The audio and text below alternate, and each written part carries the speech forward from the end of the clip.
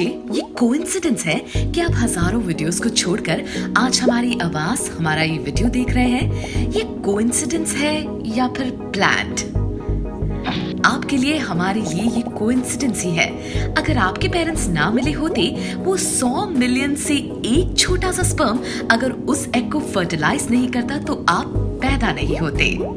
Sorry अगर एक साथ आपको इतनी इंफॉर्मेशन दे दे, लेकिन ये तो बस छोटी सी चीज थी, क्योंकि हमारी उपज और धरती माँ का इस यूनिवर्स में होना भी प्लान नहीं बल्कि एक हैप्पी एक्सीडेंट है। सोचिए, अर्थ एकदम राइट डिस्टेंस पर है सूरज से। इसके कोर में सही amount of radio active energy है जिससे ये घूम सके और एक मैग्नेटिक फील्ड प्रोवाइड कर सके। एक चंद्रमा जो सही साइज का है रोटेशन स्टेबलाइज करने के लिए, और एक ओजोन लेयर जिसकी थिकनेस ऐसी जो हमें रेडिएशन से बचा सके, और उसकी लोकेशन ऐसी जो एकदम बैंग मिडिल में है दो violent arms of galaxy milky way से। सोचिए, अगर इनमें से कोई भी चीज डिफरेंट होती तो ना ये धरती, ना आप, ना हम और ना ही ये वीडियो होता। लेकिन अर्थ की तरह अफसोस बाकी प्लैनेट्स उतने लकी नहीं रहे।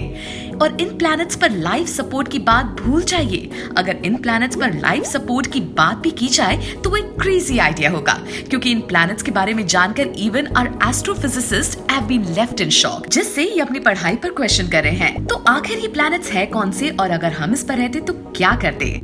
COROT-7b नर्क एक में समाया।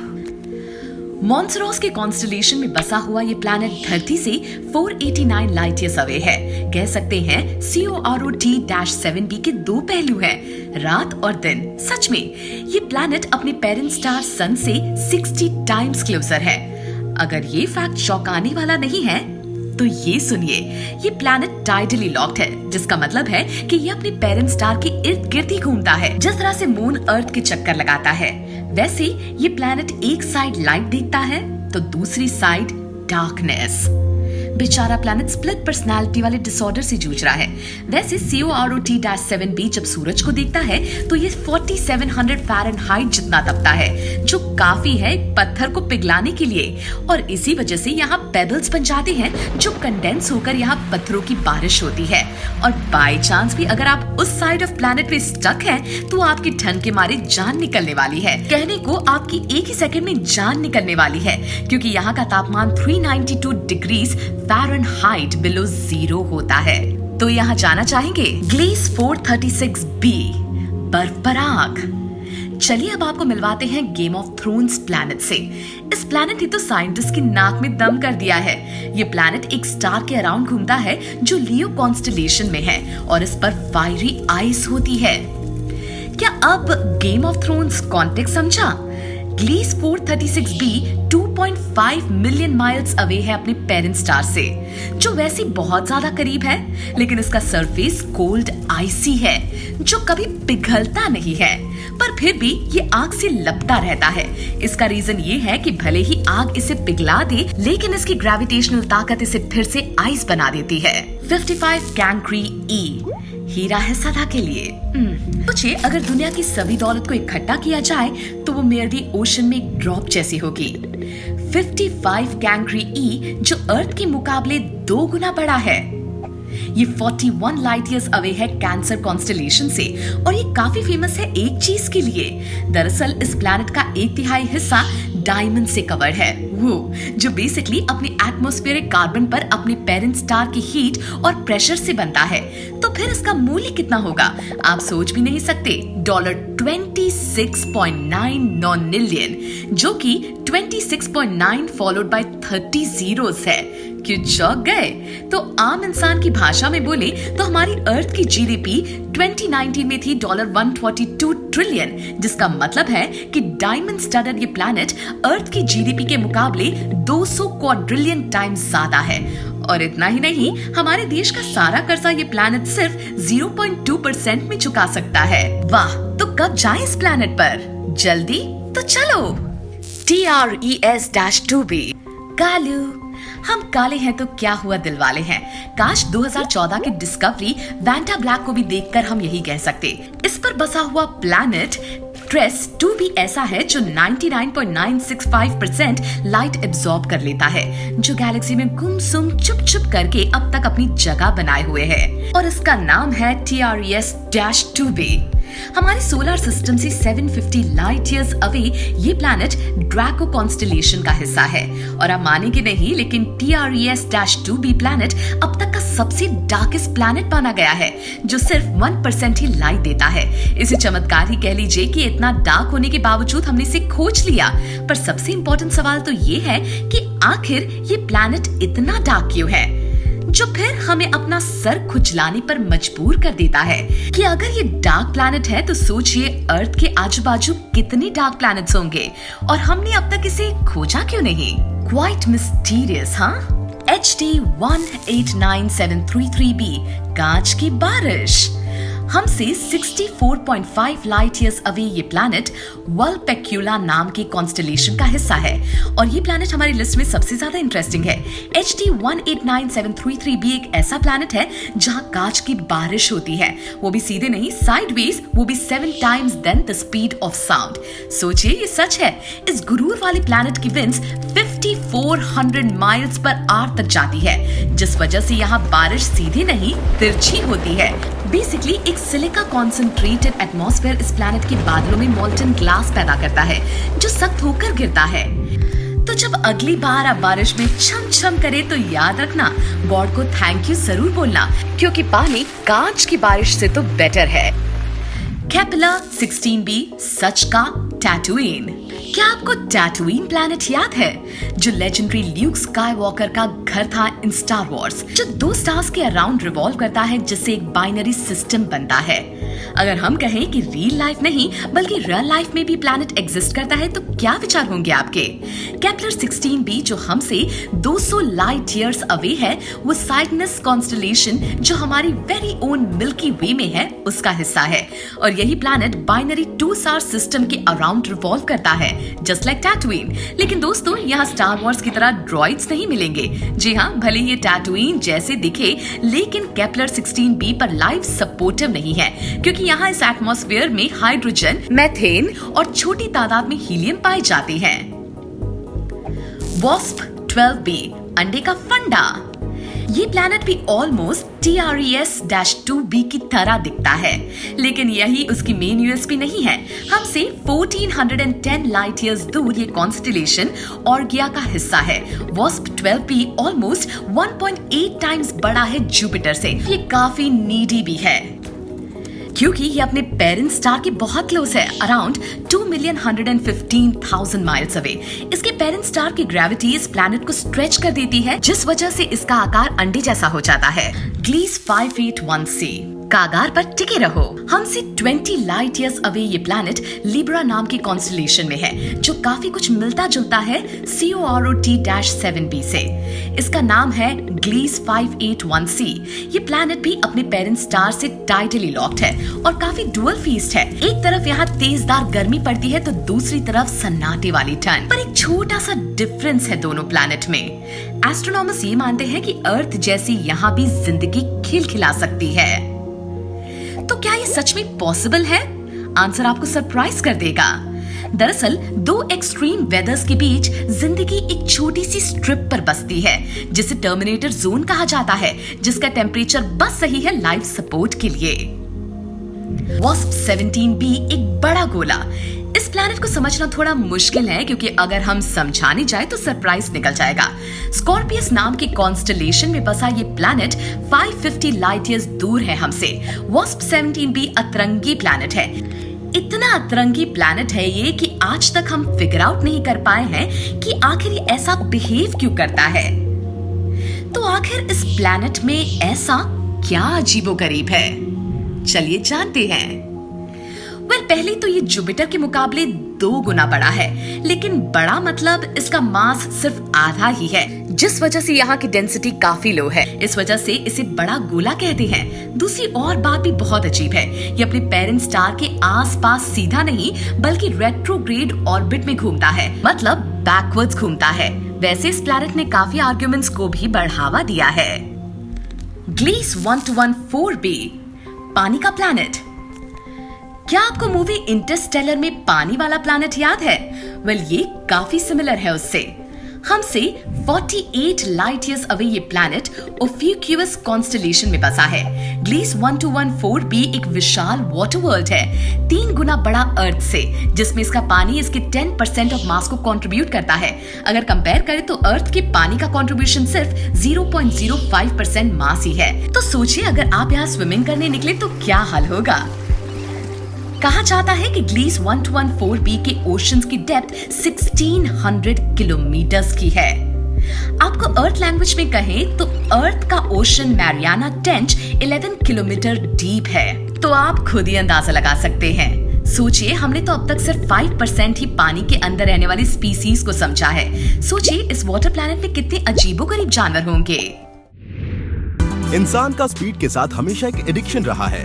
वो हमेशा तेजी और रफ्तार से दौड़ना चाहता है, फिर चाहे वो लैंड हो, सी हो या एयर हो। दोस्तों, क्यूरियस बुद्धि अभी सब्सक्राइब करो और आज जानेंगे 10 fastest things in the world के बारे में। नंबर 10 फास्टेस्ट लैंड एनिमल है चीता, जो 60 माइल्स पर आवर की स्पीड से दौड़ सकता है। भाई, ये चीता क्या पीता जो इतना तेज दौड़ता? चीता तेज दौड़ता है क्योंकि उनके बड़े नॉस्ट्रल्स होते हैं और उसी से वो एक्स्ट्रा ऑक्सीजन इनटेक कर सकता है, और उनके बड़े लंग्स और हार्ट की वजह से वो अपने शरीर के ऑक्सीजनेटेड ब्लड को अपनी मांसपेशियों में पंप करते हैं। तभी वो इतना जंप करते हैं। तू भी ना। नंबर 9 पेरेग्रिन फाल्कन, जिसे डक हॉक भी कहते हैं, और वो 240 माइल्स पर आवर की स्पीड से उड़ता है और वो आसमान का सबसे तेज उड़ने वाला पक्षी है। भाई, iron man, Superman, Batman, Spiderman सबने इसी से ट्रेनिंग ली होगी, है ना? वैसे तेरी बात में दम तो है। आलू भी है, दम आलू। नंबर 8 बिल फिश, एपेक्स शिकारी मछली का एक ग्रुप, जिसे उसकी लंबी तलवार जैसी चोंच के कारण बिल फिश कहा जाता है। भाई, इस बिल का दिल कितना बड़ा होगा? दिल का तो पता नहीं, पर इनकी और भी प्रजातियां हैं। सेल मार्लिन और स्वॉर्ड फिश, ये 16 फीट तक बढ़ सकती हैं। और ये छलांग मारती है 50 किलोमीटर प्रति घंटे की रफ्तार से और तैरती है 80 mph पर। नंबर 7 ब्लैकबर्ड SR-71, ये मिसाइल 1976 में 2193 मील प्रति घंटे की स्पीड पर पहुंच गया था। ब्लैकबर्ड पर करीब 4000 मिसाइलों से हमला किया गया। क्या हुआ भाई फिर? सारे चूक गए। भाई, जो मिसाइल कायम करेगा उसको मिसाइल कैसे लगेगी? क्या बात है सर्किट, तू भी इंटेलिजेंट हो रहा है। अब उन क्यूरियस बनते जो देखता है। भाई अपना lucky number 6 JR Maglev MLX-01, जिसे सेंट्रल जापान रेलवे कंपनी ने डिजाइन किया था। भाई, ये ट्रेन तो रजनीकांत का लग रहा है। मुझे एकांत चाहिए सर्किट। वैसे एक बार जब ये 25 मील प्रति घंटे की स्पीड पर पहुंच जाती है तो उसके टायर कैरेज के नीचे फोल्ड हो जाते हैं। और फिर बोले तो ये हवा में तैरता होगा, है ना भाई? हाँ, और इसका कारण है मैग्नेटिक लेविटेशन। अप्रैल 2015 में सुपर कंडक्टिंग मैग्नेट के इस्तेमाल से ये 375 मील प्रति घंटे की स्पीड से दौड़ रही थी। Number 5 the fattest car, fattest नहीं फास्टेस्ट कार, जो है बुगाटी शिरॉन, जिसकी कीमत $2.7 मिलियन है और ये 278 माइल्स पर आवर की स्पीड से दौड़ सकती है। भाई 2.7 मिलियन, इतने में अपन कितने स्कूटर खरीद सकते हैं? 2 स्कूटर पे ही रहे। लेकिन अब ये रिकॉर्ड कर्निगसेग अगेरा के नाम है, जिसकी कीमत है $2.1 मिलियन और स्पीड बुगाटी से ज्यादा है, यानी 284 माइल्स पर आवर। भाई तो बुगाटी गाता होगा, अगर तुम ना होते तो हम ना रोते। नंबर 4 जब आप तेज हवाओं के बारे में सोचते हैं तो आपको तूफान या बवंडर याद आता होगा। भाई, दोनों में व्हाट इज द डिफरेंस? बताता हूँ। बवंडर जमीन पर ट्रैवल करता है और तूफान पानी पर ट्रैवल करता है। और मैं मुंबई लोकल में। बवंडर में छोटे डायमीटर्स होते हैं, लेकिन तूफान की तुलना में विंड स्पीड ज्यादा होती है। और मई 1999 में अमेरिका के ओक्लाहोमा में ऐसा ही तूफान आया था। और इस बवंडर ने सारे होमा का ओखला पोखला कर दिया। क्या यार, तू कुछ भी बोलता है। पता, एक टॉर्नेडो था ब्रिज क्रीक मूर, जिसकी स्पीड 200 माइल्स पर आवर थी। भाई, ये बवंडर शवंडर को कोई काम दाम नहीं है क्या? हाँ, तेरी तरह वेल्ला है। नंबर 3 फास्टेस्ट कंप्यूटर, बोले तो चाचा चौधरी। नहीं, टियानी 2। ये 12.4 पीटाबाइट स्टोर कर सकता है और इसमें 1.3 पीटाबाइट्स की मेमोरी है। भाई, ये पीटा तो कंप्यूटरों का चीता है। सही बोला, तभी तो ये 1000 टेराबाइट्स के बराबर है। भाई, बाइट का तो पता नहीं, लेकिन इसका मामला बहुत टाइट है। ये पक्किया 2 लेके आ रहे। नंबर 2 जब बात सोशल मीडिया की आती है तो फेसबुक के अब भी 200 बिलियन से ज्यादा एक्टिव यूजर्स हैं। भाई, अपनी गर्लफ्रेंड बिजली ना फेसबुक पे मिली थी। फेसबुक कितनी अच्छी चीज है भाई। हाँ, तभी तेरा शॉर्ट सर्किट हुआ। वैसे फेसबुक पर 461 मिलियन मंथली एक्टिव यूजर्स हैं। इतने लोगों को ये कैसे संभालता है? अपने से तो एक बिजली नहीं संभालती। व्हाट्सएप और इंस्टाग्राम के 400 मिलियन यूजर्स हैं और उसके बाद आते हैं वीचैट, स्नैपचैट और ट्विटर। नंबर 1 पे मेरी बिजली है ना भाई। हाँ, तेरी बिजली। लाइट की स्पीड है लगभग 670,616,629 mph। भाई इतने लोग अपन की बारात का स्वागत करेंगे क्या? नहीं रे, ये उसकी स्पीड बता रहा हूँ। लाइट की स्पीड से ट्रैवल करने वाला व्यक्ति 1 सेकंड में लगभग 7.5 गुना स्पीड से धरती के चक्कर लगा सकता है। भाई अगर अपन बिजली का हाथ पकड़ लेना तो फ्री का वर्ल्ड टूर कर लेंगे। ठीक है, ऑल द बेस्ट। एक इंसान का शरीर अपने आप में ही बहुत कॉम्प्लेक्स एंड ब्यूटीफुल मास्टरपीस है। भाई मास्टरपीस तो हम लोग भी है ना। आप मास्टर, मैं पीस। ये तुमने सही बोला सर्किट। और ये रही top 10 non functional body parts की लिस्ट। नंबर 10 पर है हमारी तीसरी आईलिड। भाई माँ की आँख सुना था, ये तीसरी आँख पहली बार सुना है। अभी तुम्हें और भी बहुत कुछ जानने को मिलेगा।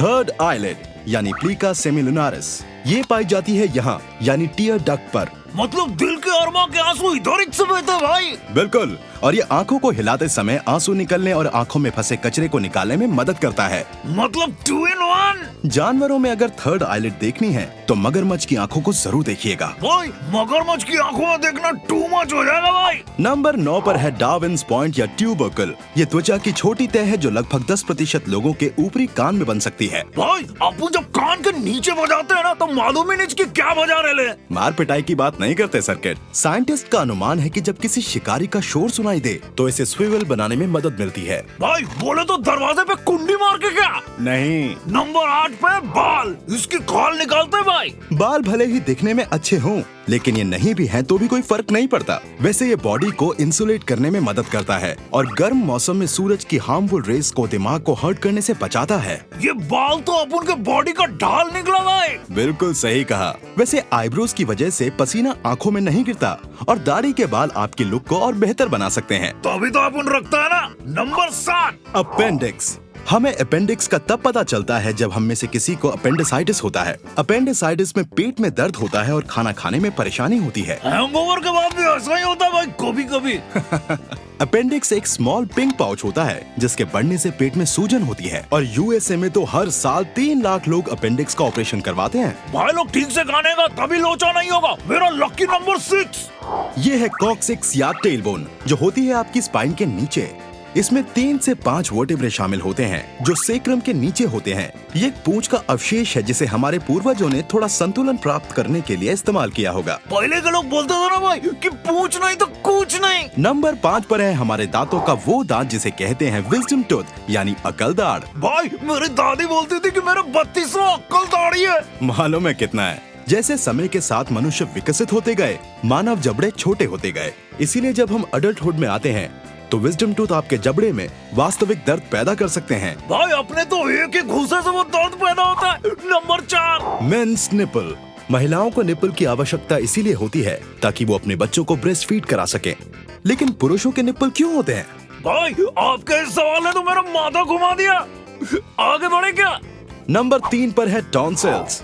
आपके गले के पीछे स्थित ये लिम्फोइड टिश्यू भी आपके अपेंडिक्स की तरह ही संक्रमित हो जाते हैं, जिससे गले में सूजन और दर्द होता है। भाई आप उनकी गर्लफ्रेंड जब छोड़ के गई थी ना तो लिम्फोइड छोड़ के गई होंगी। इधर ही दर्द हुआ तो मेरे को। सर्किट ये सुन, जैसे जैसे हम बड़े होते जाते हैं वो आकार में कम होने लगते हैं, जिससे संक्रमण का खतरा कम हो जाता है। नंबर 2 पर है साइनस। भाई मिलकर जब पाप करते हैं ना तो ऐसा ही होता है। सिन जोड़ अस साइनस। पीछे बंद सर्किट। ये सोचा जाता है कि हमारे सिर में इन खाली जगहों का कोई विकसित ज्ञात उद्देश्य नहीं है। हालांकि शायद वो आंखों को बचाने और आवाज की पिच और टोन में बदलाव करने के लिए उपयोगी हो सकते हैं। भाई जब अपन गला फाड़ कर रोते हैं तो इनका क्या होता होगा? सॉरी भाई, नंबर 1 पर क्या बताओ ना। नंबर 1 पर है पिंकी टो। पता है हमारे पैर की उंगलियों का वास्तव में क्या उपयोग है? उंगली का उपयोग तो उंगली करना ही होगा ना। तो कुछ भी बोलता है सर्किट, मैं बताता हूँ। हमारे बड़े पैर की उंगली हमें सही खड़े होने में मदद करती है और जब हम चलते या दौड़ते हैं तो अगली 3 उंगलियां हमारे संतुलन को बनाए रखने में मदद करती है। लेकिन पिंकी टो का कोई काम नहीं है। मतलब बोले तो टोटल वेस्ट। तो ये थे हमारे टॉप 10 यूजलेस बॉडी पार्ट्स। हमारी उंगलियों पर निशान यानी फिंगरप्रिंट्स क्यों होते हैं? शेरलॉक होम्स अक्सर कहता है कि एक अचूक अपराध जैसी कोई चीज नहीं होती। ये सच है कि अपराधी हमेशा कोई ना कोई निशान छोड़ जाते हैं और आप सभी जो जासूसी फिल्में देखना पसंद करते हैं वो इस बात से सहमत होंगे कि अपराधियों का पता लगाने के लिए उंगलियों के निशान सबसे आसान तरीका है। लेकिन क्या आपने कभी सोचा है कि हमें फिंगरप्रिंट्स होते क्यों हैं और हमारी जिंदगी में वो क्या भूमिका निभाते हैं? आज फिंगरप्रिंट्स को लेकर हम आपके सभी सवालों के जवाब देंगे। सबसे पहले ये जानते हैं कि आखिर फिंगरप्रिंट होता क्या है। एक फिंगरप्रिंट एक छाप या मार्क होता है जो इंसान की उंगली के ऊपर बना घर्षण का निशान होता है और ये उंगलियों की नोक पर छोटे छोटे घुमावदार पैटर्न में होता है। इनमें 3 प्रकार के फ्रिक्शन रिज पैटर्न्स होते हैं, गांठदार, घुमावदार और वृत्तखंड। फिंगरप्रिंट की पहचान करना यानी डैक्टिलोस्कोपी एक तरह की प्रक्रिया होती है जिसमें मुजरिम के रिज इंप्रेशन को उंगलियों, हथेलियों और उन पैरों की उंगलियों से मिलाकर देखा जाता है जो डेटाबेस में पहले से मौजूद होते हैं। और अब सवाल ये है कि इन फिंगरप्रिंट्स का मकसद क्या होता है और ये हमें क्यों होते हैं। वैसे वैज्ञानिकों ने इसका एक ये कारण दिया है कि उंगलियों पर बने ये निशान घर्षण द्वारा इंसान की पकड़ बनाने में मदद करते हैं। उन्हें लगता है कि हमारी उंगलियों के निशान से हमारे पूर्वजों को ऊबड़-खाबड़ सतहों पर चलने में मदद मिली होगी। उंगलियों के निशान का एक और उद्देश्य ये भी है कि ये स्पर्श की भावना और चीजों की पहचान करने में भी सहायक होते हैं। इन लकीरों के नीचे मैकेनो रिसेप्टर्स होते हैं। ये एक तरह के सेंसरी रिसेप्टर्स होते हैं जो तब काम करने शुरू हो जाते हैं जब इनसे कोई चीज टकराती है या फिर आप कोई सामान उठाते हैं और साथ ही ये दिमाग को भी जरूरी जानकारी पहुंचाते हैं। लेकिन हर किसी के फिंगरप्रिंट्स अलग क्यों होते हैं? लोगों के फिंगरप्रिंट्स पैटर्न एक जैसे हो सकते हैं लेकिन उसके बावजूद भी वो मेल नहीं खाते। यहां तक कि फिंगरप्रिंट्स डीएनए से भी ज्यादा खास होते हैं। उदाहरण के लिए जुड़वा बच्चों का डीएनए एक हो सकता है और कईयों का तो होता भी है, लेकिन उनके फिंगरप्रिंट्स हमेशा अलग होते हैं। वास्तव में आपकी उंगलियों के निशान तो आपकी अपनी उंगलियों के बीच भी भिन्न होते हैं। इसका मतलब है कि आपकी हर उंगली का प्रिंट अलग होता है। क्या आप अपने फिंगरप्रिंट्स को जला सकते हैं? वैसे इसका जवाब है हाँ। अगर उंगली पर गहरा कट लग जाए या जल जाए और उससे त्वचा की बाहरी चमड़ी को नुकसान पहुंचे तो आपके फिंगरप्रिंट्स हमेशा के लिए खराब हो सकते हैं। वैसे सच तो ये है कि उंगलियों के निशान या फिंगरप्रिंट्स का वास्तविक उद्देश्य कभी पता ही नहीं चल पाया, लेकिन हम इस बात से जरूर सहमत हैं कि लोगों की पहचान करने के लिए ये निश्चित रूप से महत्वपूर्ण और आवश्यक है। इंसान बहुत ही इंटेलिजेंट होते हैं और सबकी इंटेलिजेंसी की रेंज होती है। भाई अपना पकिया भी ना शाना है, बोले तो इंटेलिजेंट। बिल्कुल सही बोला सरगेट। पर आप ये जानने के लिए क्यूरियस होंगे कि कुछ जानवर इंसानों से भी ज्यादा इंटेलिजेंट होते हैं। तो उसके लिए देखिए top 10 smartest animals on earth. Number 10 squirrel. इनकी याददाश्त तेज होने के साथ ये ऑब्जर्वेशन से बहुत कुछ जल्दी सीख लेते हैं। भाई हैंगओवर के बाद मेरी याददाश्त भी अच्छी रहती है और ऑब्जर्वेशन भी एकदम चिंकाट। तेरा तो यही हाल है। खैर, ये पैटर्न्स, लोकेशन और रास्ते को दिमाग में फिट कर लेती है। बोले तो जीपीएस गिलहरी फुदकता सिस्टम। 9वें नंबर पे अपना मोती। मोती नहीं, बॉर्डर कॉली। डॉग्स की ये ब्रीड सबसे ज्यादा वफादार और समझदार होती है। भाई ये शीप्स को चरवाने भी जाता है क्या? शीप्स नहीं, शीप। इनका दिमाग 2